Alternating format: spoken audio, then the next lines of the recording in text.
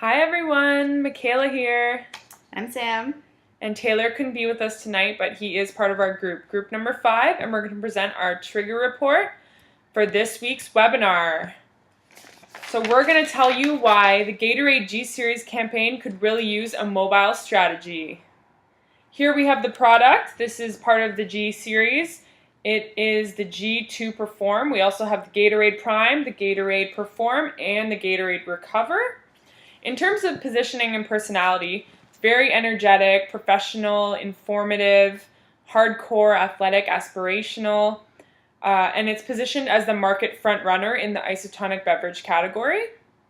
In terms of objectives, we really want to move the marketing messaging that currently exists to a mobile platform.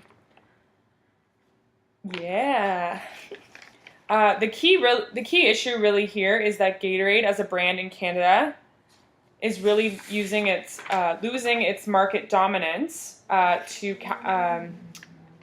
competitors such as Powerade, such as Kirkland, and many others.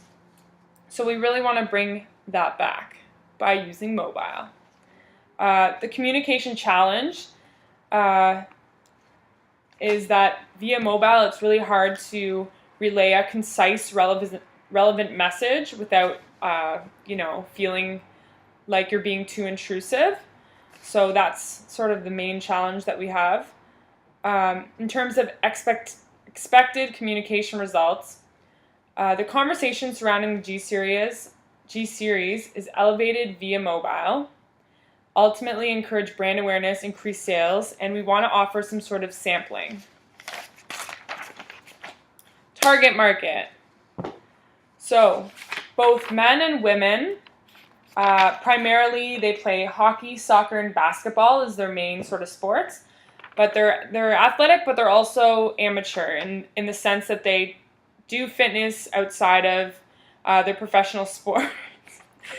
outside of their professional sports. So let's say like they go to the gym, they take care of themselves, they eat well, maybe they go for a run every morning. They're kind of casual about it. Those people we're trying to target as well.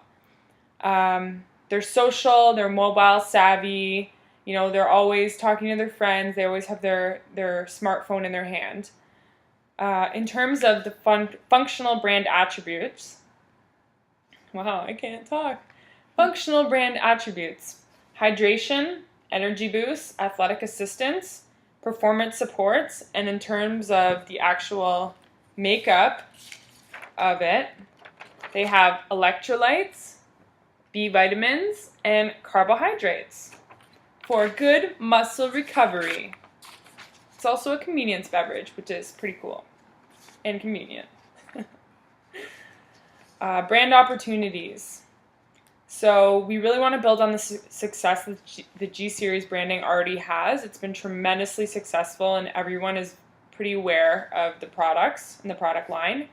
Acquire lead generation via mobile, so an opportunity to get some information from consumers and be able to build on our target and reach a larger demographic and have some personal information. And really use mobile as a platform to spread the love. And yeah, our target is very mobile savvy. They use it all the time. They love it. So it's top of mind to them. Brand values include performance and wellness are their two main ones. In terms of perception, so negative and positive. Negative is that it's slightly overpriced. It's kind of considered glorified water, not necessary. In terms of positive, Gatorade is a really strong brand. It has a big following. People are very loyal to it.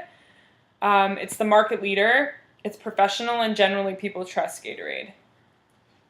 In terms of, one thing to note, which is very important, is the perceptions differ between athletes and non-athletes. So generally athletes are very well spoken about it. They're really passionate about Gatorade, and they've drank it since they were little, sort of thing.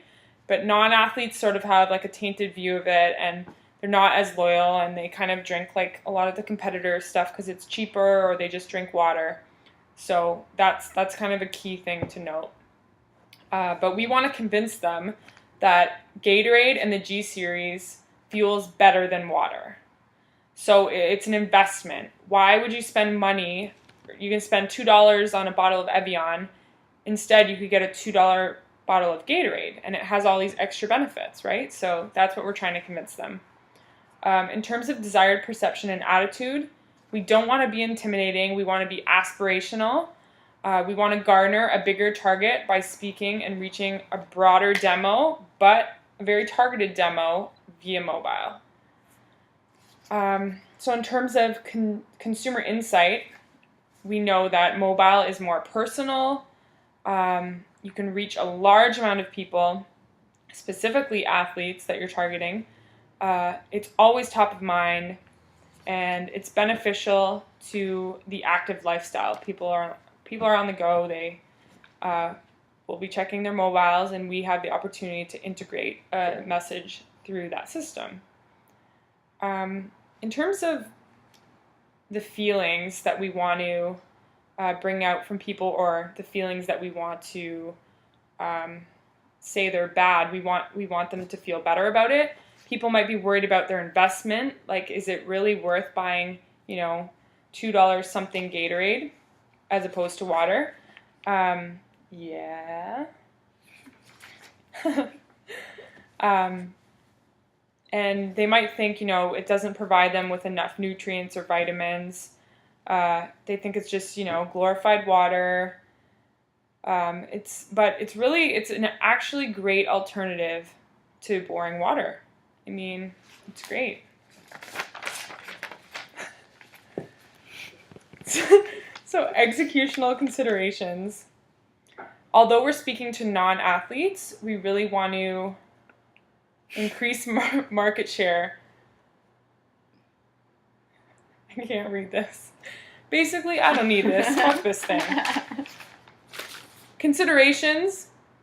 We need to speak to people directly in a voice they can understand, via mobile, via type.